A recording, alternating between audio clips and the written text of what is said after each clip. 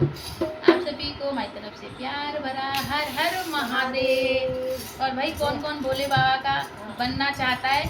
सब बनने चाहते हैं। हैं तो सभी भजन के माध्यम से सुनेंगे और सुनकर कमेंट जरूर करेंगे हर हर महादेव का। और क्या कहना है? हम हाथ उठा कर कहते हैं हम हो गए डमरू